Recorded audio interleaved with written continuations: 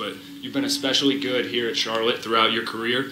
Just talk about coming into a racetrack where you consistently run so well and what your expectations are for this weekend.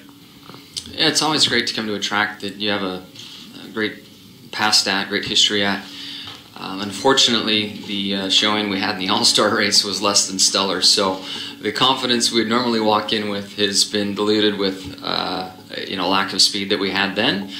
Brought back a different car, and certainly trying to do things differently with the setup of the race car. I think the 600-mile race has always been good for us. Chad and I can seem to fix our race car as the night goes on, be aggressive with adjustments, chase the racetrack well. I do a nice job searching for lines, and the distance of the race doesn't bother me. So I think we'll have a strong night, but we got a few things to sort out today and even into Saturday's practice sessions, based on what we learned and what we saw during the All-Star race. All right, great. So we'll open it up to questions now for Jimmie. If you have one, please raise your hand, and we'll get a mic to you. State your name and affiliation, please.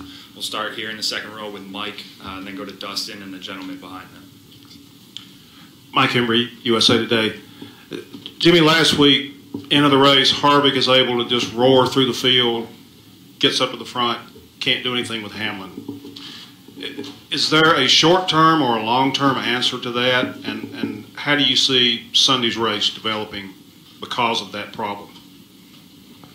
Yeah, passing an equal car is just really tough, especially from second to first.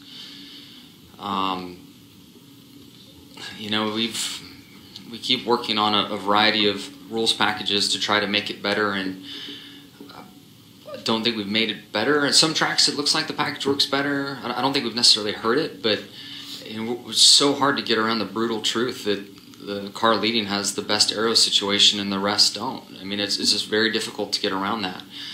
I feel like the teams have worked real hard. I feel like there was a direction that had a lot of the drivers encouraged about creating more off-throttle time. This rules package has not done that, but for 2016 there was a lot of hope that we were going that direction. Looks like that stuff's been tabled for now, potentially. So, the more wide open percentage throttle you're running, it's just harder to pass. It makes the track more narrow, makes the air for the leader more of a premium. So I don't know how. I don't think there is an easy fix. I really don't. And this track, although it's a big, fast track, it is narrow, especially on corner entry and corner exit. So to really make a second lane or a third lane work, it's tough. I mean, you have the real estate to do it in the center of the corner, but you can't go anywhere with that run. So I think this track is also not the best track for this current rules package. I think in the Atlanta, Texas, much wider, abrasive surfaces work better, put on a better show. Dustin Long, NBC Sports. This past week saw the incident with James Hinchcliffe in Indianapolis, and according to the reports, the safety crew was credited with saving his life. While that is a dedicated traveling safety team for that series, which is not in this series, is there, when you see something like that, and if you've investigated or looked into it, I mean, does that make you think that there's something that can be pulled from that? Or are you comfortable with what it is here? Does it matter if there's a dedicated safety team or not? It's a point that NASCAR is willing to talk to the drivers about, and I've sat in on a lot of discussions batting around the reason why we have the situation we do. And NASCAR is adamant that having true ER folks that every single day fight in an ER room to save people's lives are the best people to have in place here on a weekend for us. In my heart, I feel like there's maybe a hybrid version where we have those EMTs here, but then we also have people that are very sharp and NASCAR specific, car specific, know the drivers, know our cockpits, and I know that NASCAR briefs them and works with them on all that. But with Hinchcliffe's crash and then going back to Zanardi's crash, my attorney Alan Miller represents Alex and was there and present, and everybody knows that crew saved Alex's life 2 or 3 times before he ever got to the hospital. So they do an amazing, however they make it work, they do an awesome job doing it. And But again, I've sat in many conversations with NASCAR, and they truly believe that they have the safest environment for us. So I haven't been in that world. I don't know if Tony, maybe Juan, it'd be smart for us as a group to go talk to maybe Juan and say, hey, you've seen both sides now. What's the difference? Where can we be better? It's probably a smart thing to do. Yeah. Jared Turner, FoxSports.com. Hey, Jimmy. Hey. Oh, yes. Oh. Over here, Jimmy. Sorry. Hey, buddy. Pretend I see it. There you are. Yeah. 2 questions. The first question is, what was your reaction to the warning your team received for the issue with the side skirts in the All-Star race? And my second question, and I mean this in all sincerity, what kind of parenting advice would you give to Kyle Busch and Brad Keselowski as a parent yourself? Parenting side, that first year you're trying to find your new normal is tough for all parents, and as wonderful as the experience is, trying to balance life and career is tough. So just to be patient with it and know that that first year you're going to earn your stripes, and things seem to, at least to the 4.5 years I've experienced, things seem to get you get a better flow going as you get deeper into things. I understand that teenage years it's going to change, but unfortunately pretty far from that right now. The warning, we were very shocked to even hear that there was an issue with the side skirts, and I think leaving the racetrack, NASCAR was upset and thought there was a lot more intent and something going wrong with the side skirt being pulled out. And then as video became available and they looked through it and watched and saw what was done, it calmed down. So we were shocked to hear that there was an issue, and because we had crash damage on the right side of the car, and then it certainly turned out that way. Okay, we're going to go over to the right side with Ben. Jimmy, Ben White, Lexington Dispatch.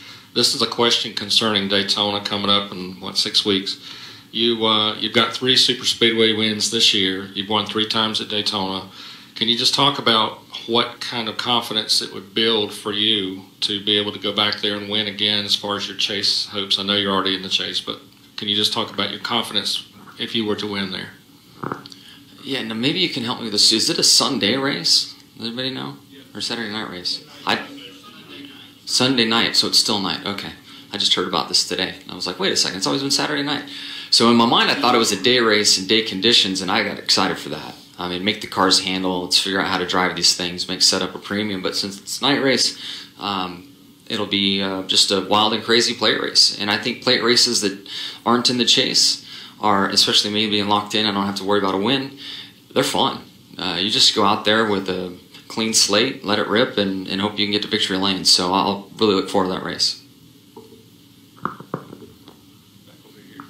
Jay Pennell with Fox Sports. Last week we saw Jamie Dick hit a piece of lead or tungsten, and it really damaged the windshield significantly. It came in and hit his helmet. Last year at Texas, you had windshield damage after Dale Jr. hit the grass. How concerning is that to see an incident like that? And from your experience last year, just your comments on what happened there. Yeah, the halo bar in the car is there for flipping and things like that. The intrusion from outside things such as sod that Junior chucked that sod up and I hit it. I feel like our cars are designed really well and can withstand all that. And the damage I had to my car was just due to the fact that the exterior shell is a distance away from that halo bar, and it just smashed that stuff in. Wasn't a big deal. But a piece of tungsten, that's a whole new game. And thankfully he wasn't injured, or the car wasn't damaged even anymore. I've unfortunately never seen it before. I've always wondered what would happen. And I think there's an incident at Phoenix ages ago where a piece of lead got out of a car and went through the concrete wall on turns 1 and 2 I heard about. That's just bad news. And anything we can do to ensure that all those lead rails are secure and tight and nothing's getting out, I'm in favor of any rule to go down that road, because you can't stop a piece of tungsten like that. Jamie was very lucky to not be injured in that incident. Okay, we've got time for one more. We're going to come right here to the left with Tom. Jimmy, Tom Jensen, FoxSports.com. So what did happen last weekend? Did you find it out, and are you confident you've addressed it?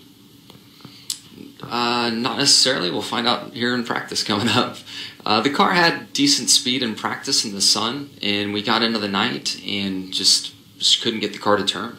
So we're bringing back a different race car and different setup and see what happens. And all this day practice does not help build confidence in a night race, because we thought we were good in the day last weekend when tonight didn't have what we needed. So this track's tricky. It is tough to get it right.